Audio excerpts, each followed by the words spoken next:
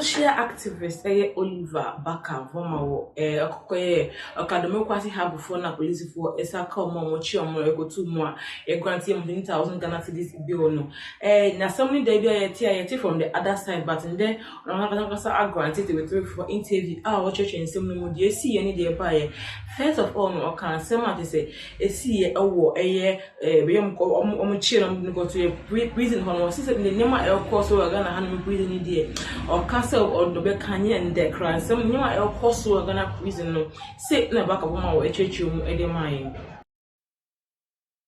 But let's talk about one of those things you tweeted when you talked about being beaten. What happened to you? We saw your bloody wrist. What happened to you? You know, one of the things that I'm still coming to terms with is that I understand that the police were going to be very discomforted by the fact that myself and other inmates were talking about the conditions under which people were being held. I understood that. And I was expecting that even in their embarrassment about it, it will move the humanity in them to want to have a conversation about it and deal with that.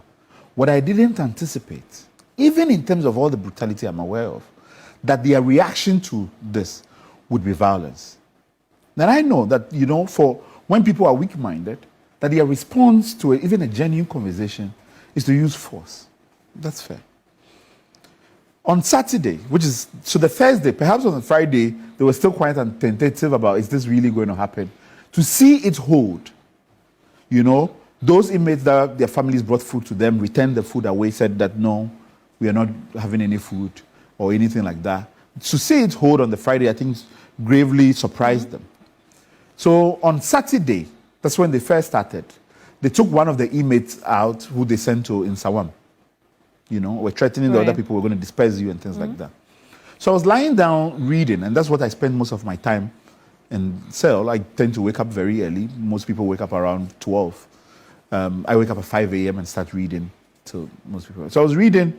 Listen, incidentally, in the police station, there's a TV that serves the police officers. If you come close to the cell gates, you can see it. So I was watching Key Point that was going on here in the morning. Until then, when they were in break at some time, I went back and relaxed, started reading. And then about roughly 6 to 8, I saw 8 later, but I think 6 entered the cell, heavily armed, and then started shouting at everybody, go back. So they pushed everybody into a corner, right? And then they asked me to step out, so isolated me. And so I stepped out of the cell, and I came outside. Then one of them asked me, where are all your things? And so I asked them, what's happening? Why are you taking them? Then he repeated, where are all your things? I said, I want to know what's happening. I don't know what happened next. One of them had my neck in a lock. The other one was forcibly trying to put a lock on me. The other one was stepping on my feet with their boots. And then before I realized, punches were all over my face. And this is within coming out of the cell and behind the police counter. There was no conversation at any point. We want to move your cell, go somewhere. So we anticipated that was going to happen. In fact, when the first person was being moved out in the morning to Insawam, the cell got together and started clapping for him. The cell started singing gospel songs when the person left. Right. So we anticipated this was going to happen. So when they came, why are you moving me is a question. Or why are you go? How many police officers were involved in this? Now there were. I know that there were 8 of them who held me and started punching down on me in that moment. But there were more as well because they had 2 separate vehicles as were being transported to the other place. For just you? For just me. So there were several individuals. Now think about it. This is not the first time I've been removed from the cells. So many times I've been asked to come out. At no point, in fact, every time that somebody comes to the counter, tells the counter CEO, they tell me, they open up, I come out. At no point have they come, unlocked it, and come in there with force. All kind of CEO business and the country also be activists. Everybody Ghana for prison or be ambassador, no so be donations at their woman, and then all church at their mind. I'm not twice what can say. In fact, they wanted the image to see the brutality of that encounter. I think to be able to put the fear of God in them. So for me, it was deeply surprising to see that happen. I couldn't for the life of me understand. And all of this was supervised by the individual, the 2IC of the Accra Regional Command. He was standing there. I see. And as this was going, he was shouting profanities at me throughout the incident. And so the process of doing that, and the intention obviously was to beat me up and do all of that. All of that happened. And then they ushered me out. I was in a boxers, and I was in a white top that I was wearing. That's all I had. There was no slippers, there was nothing. I was just bundled and thrown into a vehicle. I had no idea where I was being taken to. I had nothing. In fact, I didn't realize I was bleeding so much till later on, halfway into the journey. You know? And in that moment, I kept asking myself, like, what to do. Because I was extremely agitated from what had happened to me. Right. I just kept wondering, like, what do I do? And even in my confusion, I didn't know where I was being sent to. Right. But I was still wondering, like, I was still processing it throughout. And I knew that we're driving off and off Accra. I had no idea where we were being taken to. Eventually, we ended up at Dansoman. When we got there, I was completely bleeding into the water.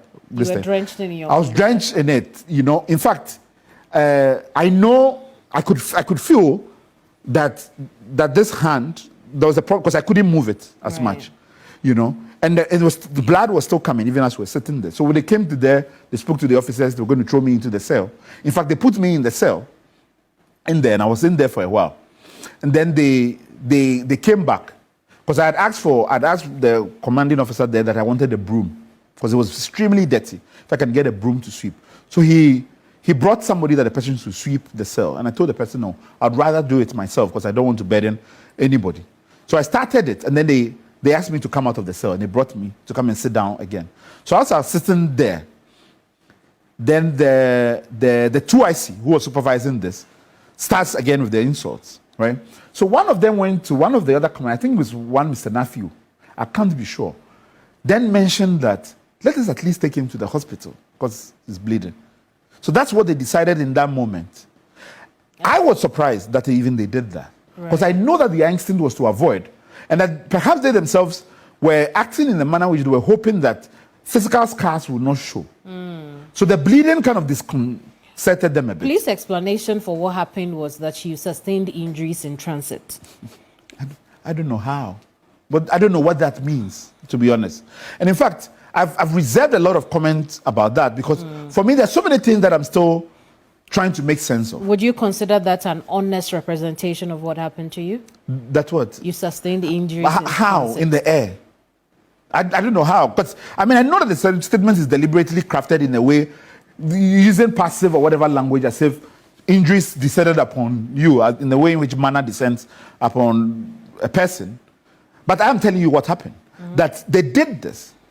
I know that in that moment when I was bleeding, that it confused them a bit. Because I was surprised that they themselves had a conversation to take me to the hospital, which saw to it that I was treated, bandaged, tetanus was given to me in those moments before sent back to the cell. In fact, since I've been out and they released this statement, I sent someone to, I think it's called the Opokuwari Hospital in Dansoman, to go for the medical report that the attending physician did. And the physician said that he had received calls threatening him from the police and that he was afraid to release the medical statement. And that the police had told him that if I want it, I should come and see them and they will come with me to come for the statement. Have you seen your medical reports? No, I haven't. But what we had a report of is that the blood-stained shirt that they wanted to take away from me and I resisted, that we eventually passed that out to persons who had come subsequently. That incidentally, I don't know who took the picture of when I was being returned back, but some people, I'm sure people had lined up on the street, took a picture of the incident. And that's how that picture even came into the public domain. So I'm sure they were surprised by the picture camera, which allowed them to fess up. And in fact, it's the first time I'm seeing the police admit that an inmate sustained injuries, which is at their hands. Yeah, while you were being transferred from one station to the other. They didn't say they caused the injuries in that statement. So perhaps in the future, we'll get to the bottom of this. But this is a conversation that I think that we are clear in our minds that if we want young people not to lose faith in this democracy, we can't sweep this under the carpet. This happened last year. We are in court still suing them over it. But this conversation merits a national conversation. And we are demanding and we're going to petition majority in parliament to take this issue up because we can't allow this to go again. When do you plan to do that? Within the course of next week. Within the course of next week. And for Bakar worker and in same area, I'm sure me so my case we ha and I'm really waiting for was that and some the day, my